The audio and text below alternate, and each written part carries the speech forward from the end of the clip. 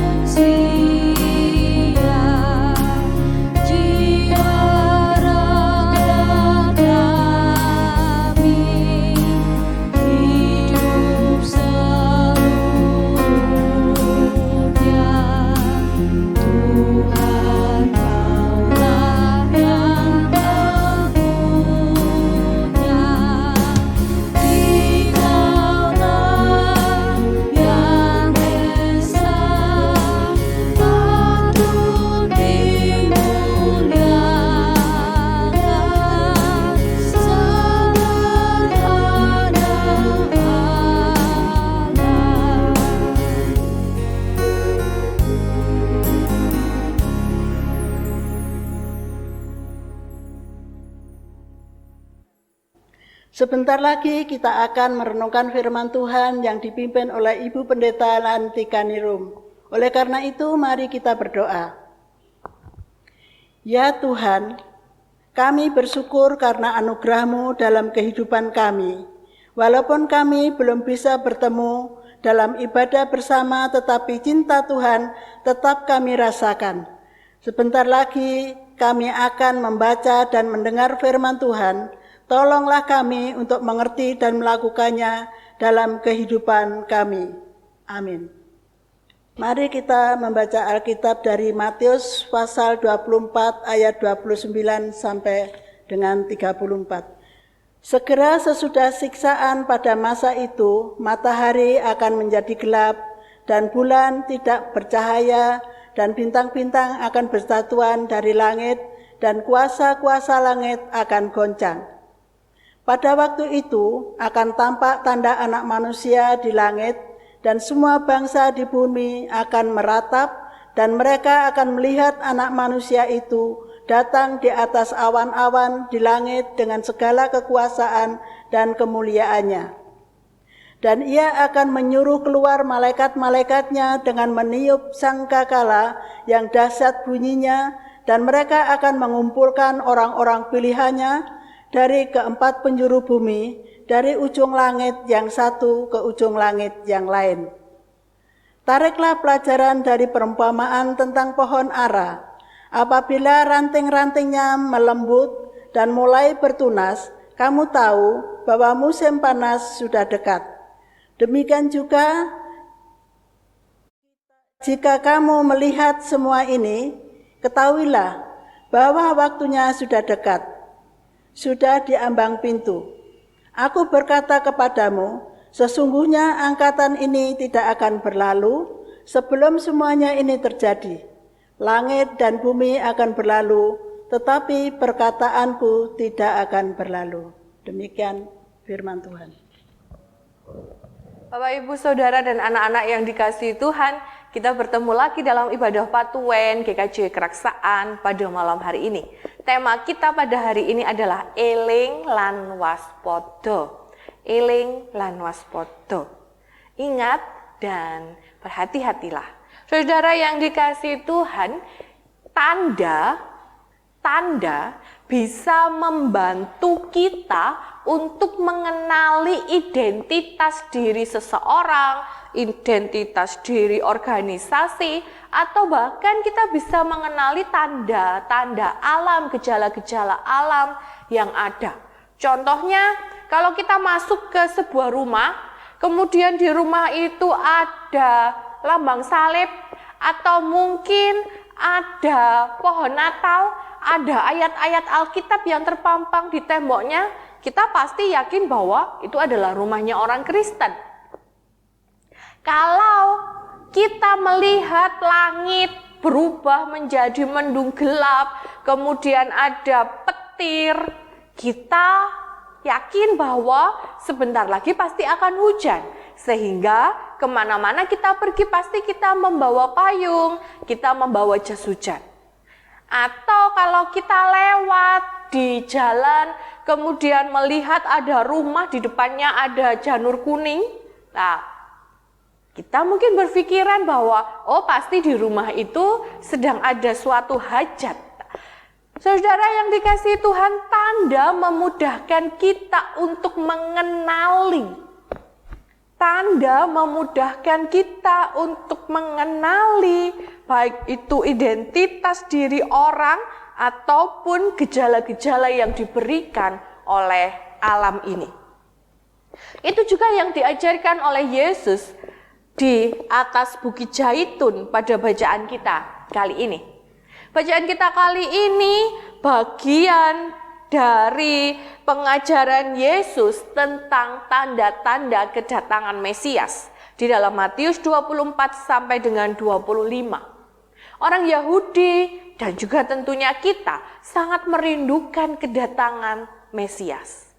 Bagi orang Yahudi, Mesias adalah seorang tokoh masa depan yang akan datang sebagai wakil Allah untuk membawa keselamatan bagi orang Yahudi.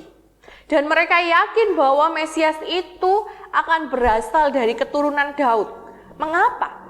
Karena orang Yahudi sangat merindukan seorang pemimpin seperti Daud yang bisa membawa bangsa Israel menjadi lebih baik. Orang Kristen juga memahami Mesias nanti akan datang, Yesus akan datang kedua kali membawa keselamatan untuk manusia. Saudara yang dikasihi Tuhan, dalam bacaan kita ini Yesus menuliskan, Yesus mengajar, dituliskan tentang tanda-tanda kedatangan Mesias. Kita diajak untuk peka mengenali tanda-tanda itu. Jika gejala-gejala alam saja kita bisa mengenali dengan peka, lah tanda kedatangan Tuhan juga kita diajak untuk mengenali dengan lebih peka lagi. Mengapa? Karena kita sudah dekat dengan Tuhan. Karena kita memiliki hubungan yang sangat baik, sangat dekat dengan Tuhan. Sehingga tentunya kita akan lebih peka dengan tanda-tanda yang diberikan oleh Tuhan. Sehingga di sana dalam Matius 24 ayat 29 sampai 34 ini dituliskan, terutama di ayat 32, orang-orang itu peka. Jika pohon ara itu sudah mulai bertunas, berarti musim panas akan segera datang. Nah, jika gejala alam saja kita peka, maka tanda-tanda kerajaan Allah akan datangnya kerajaan Allah kita juga harus semakin peka. Mengapa? Karena kita memiliki kedekatan. Kita sudah membangun kedekatan yang erat dengan Tuhan. Mari kita lihat. Ayat 29 menuliskan bahwa matahari akan menjadi gelap, bulan tidak bercahaya, bintang-bintang akan berjatuhan dari langit dan kuasa langit akan goncang. Kegelapan akan dialami oleh bumi. Kegelapan akan melingkupi bumi. Apa maksudnya? Bapak, Ibu, Saudara, dan anak-anak yang dikasihi Tuhan, pengajaran Yesus ini tidak bisa kita baca secara harfiah begitu saja. Ada banyak tanda di sana. Kita ingat sebelum alam semesta ini dijadikan, kegelapan melingkupi alam raya. Kita juga ingat tulah ke-9 yang diberikan Tuhan untuk bangsa Mesir, yaitu kegelapan yang dituliskan dalam Keluaran 10 ayat 21 sampai 29. Selama 3 hari bangsa Mesir harus hidup di dalam kegelapan. Mereka tidak bisa meraba sesuatu pun. Bahkan mereka dituliskan di sana mereka tidak bisa turun dari tempat tidurnya karena gelap. Dan kegelapan ini juga kita ingat Yesus yang berada di dalam gelap kematian selama 3 hari. Wahyu 8 ayat 12 juga menuliskan bahwa sepertiga dari benda-benda langit akan menjadi gelap. Sama seperti pengajaran Yesus tadi. Saudara yang dikasihi Tuhan, gelap, kegelapan melambangkan kondisi yang kacau. Sebelum alam semesta ini dijadikan kegelapan meliputi alam raya dan kondisi alam raya itu kacau balau. Itu yang dituliskan di dalam Kejadian 1. Kegelapan melambangkan kondisi yang kacau. Kegelapan menguasai bumi. Berarti bumi ini benar-benar dalam keadaan yang kacau, rusak, dan banyak dosa di sana. Itu yang dituliskan dalam tanda di ayat 29. Ayat 30, anak manusia akan datang dari langit dengan segala kekuasaan dan kemuliaannya. Bumi yang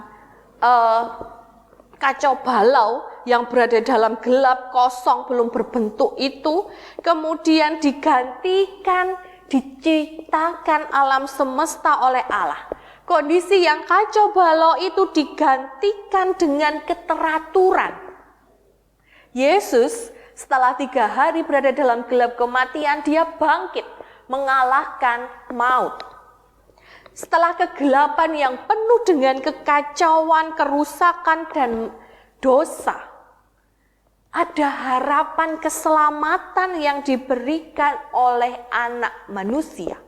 Ada harapan keselamatan yang diberikan dari kedatangan Mesias yang akan memulihkan dunia ini dari segala kerusakan, dari segala dosa.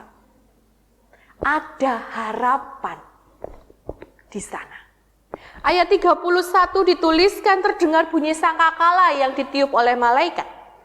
Sangkakala bagi orang Yahudi menandakan ada 3 hal. Yang pertama menandakan akan datangnya bahaya, yang kedua menandakan akan dimulainya perang, yang ketiga menandakan bahwa akan datang seorang raja. Bisa kita lihat di sana sangkakala ditiup, dibunyikan, menandakan bahwa mengingatkan manusia yang pertama bahaya kekacauan akan ada di dunia. Kekacauan akan meliputi dunia. Sehingga kita umat percaya diajar untuk menyiapkan diri. Yang kedua, tanda dimulainya perang. Bagaimana kita dengan iman kita, dengan kerohanian kita berperang melawan kuasa dosa. Kita tidak menjadi seperti dunia. Kalau Joyoboyo, seorang pujangga Jawa kuno, mengatakan zamannya zaman edan. Yen ora edan, ora keduman. Jika tidak ikut kegilaan zaman, kita tidak akan mendapatkan apa-apa. Tetapi di sana Joyoboyo mengatakan, nanging bejo-bejane wong edan, isih bejo sing eling lan waspada. Nah, ada anugerah bagi orang yang selalu mengingat dan berhati-hati di dalam kehidupannya. Memulai perang melawan dosa, melawan kegelapan. Dan yang ketiga, sangkakala itu juga menandakan bahwa Mesias akan datang membawa keselamatan. Lalu apa yang harus kita lakukan? Bapak, Ibu, dan Saudara yang dikasihi Tuhan, di sana tadi kalau Joyoboyo mengatakan, nanging beja-bejane wong edan, isih bejo, sing eling lan waspada. Kondisi zaman bisa menjadi kacau dan rusak. Tetapi kita sebagai umat yang percaya diingatkan untuk selalu eling Gustine lan waspada ing gesange. Mengingat Tuhan senantiasa di dalam kehidupan kita dan waspada berhati-hati di dalam kita melakukan kehidupan kita sehari-hari.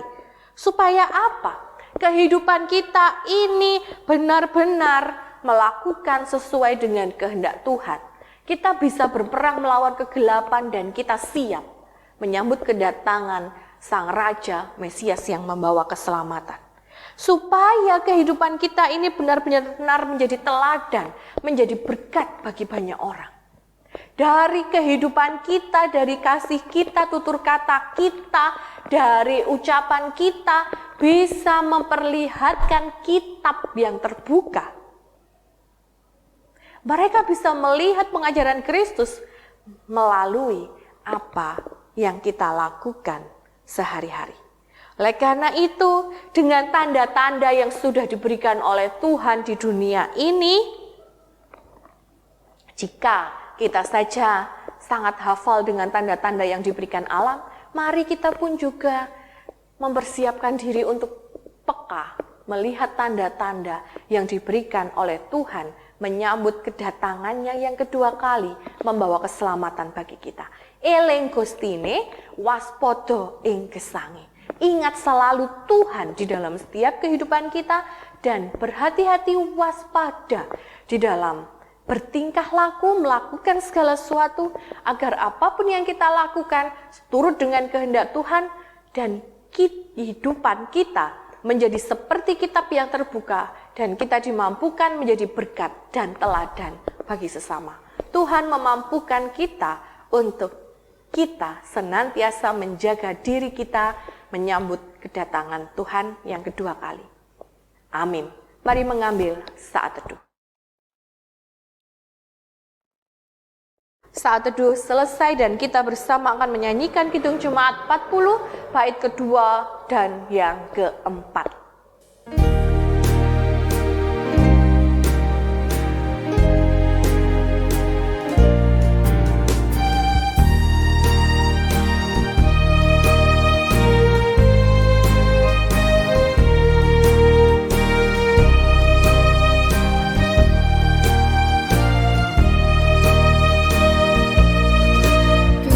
Ketika ing cafku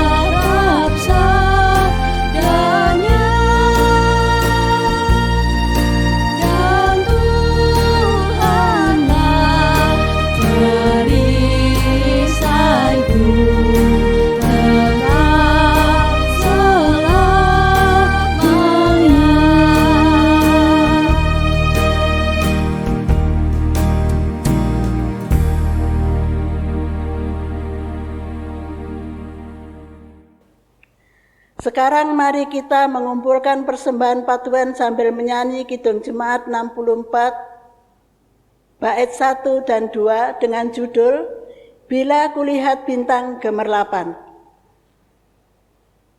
Persembahan dikumpulkan dalam amplop yang ditulis ibadah Rabu tanggal 11 bulan 11 2020, lalu dikumpulkan di majelis kelompok yang ditunjuk atau di kantor gereja saat jam buka kantor, atau dimasukkan kotak persembahan saat ibadah minggu.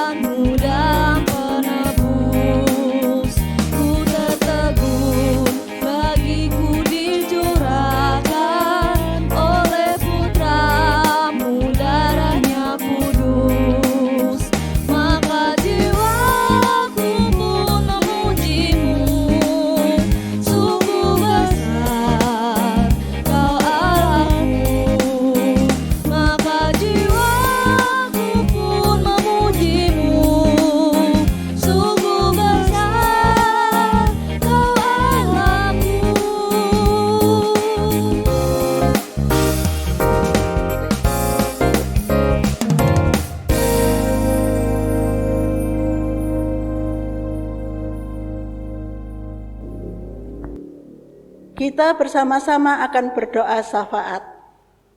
Ya Tuhan, yang maha baik, puji syukur atas segala berkat dan penyertaan-Mu. Pada saat ini kami menyerahkan kondisi bangsa Indonesia, semoga wabah corona dapat segera teratasi dengan baik. Semua warga dapat beraktivitas seperti sedia kala, bersekolah dan beribadah bersama. Berkatilah para pemimpin bangsa, berkatilah tenaga medis dan yang merawat pasien corona, berkatilah saudara-saudara kami yang berjuang untuk sembuh dan corona. Kami juga mendoakan seluruh warga GKJW Keraksaan, seluruh keluarga GKJW Keraksaan, berkatilah kiranya senantiasa. Yang sedang sakit berikanlah kesembuhan, yang sedang menghadapi permasalahan dalam hidupnya, berikanlah jalan keluar. Anak-anak yang sedang bersekolah di rumah, berikanlah kepintaran. Para pelayan gereja, berikanlah hikmat dan kekuatan. Kami menyerahkan persembahan yang kami kumpulkan, berkati dan sucikan sehingga berguna bagi pelayanan Tuhan melalui GKJW Keraksaan. Berkatilah saudara-saudara yang telah menghaturkan persembahan. Sebentar lagi kami akan mengakhiri ibadah Potuan malam ini. Terima kasih atas penyertaan Tuhan. Amin. Kita akan mengakhiri ibadah Potuan pada hari ini dan kita menyanyi dari Kidung Jemaat 457 bait 6 dengan judul Ya Tuhan Tiap Jam.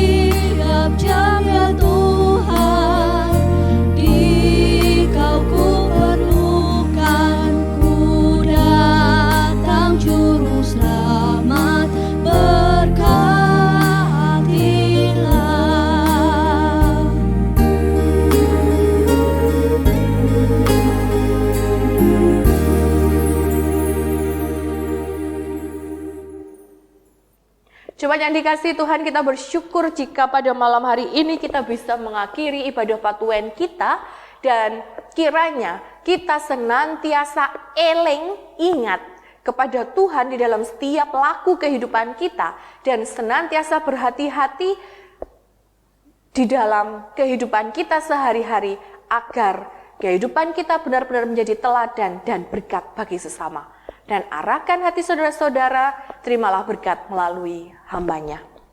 Allah Bapa Sang Sumber Berkat, Yesus Kristus Sang Sumber Cinta Kasih dan Pengharapan, Roh Kudus dengan kuasa-Nya menyertai saudara-saudara saat ini sampai selamanya.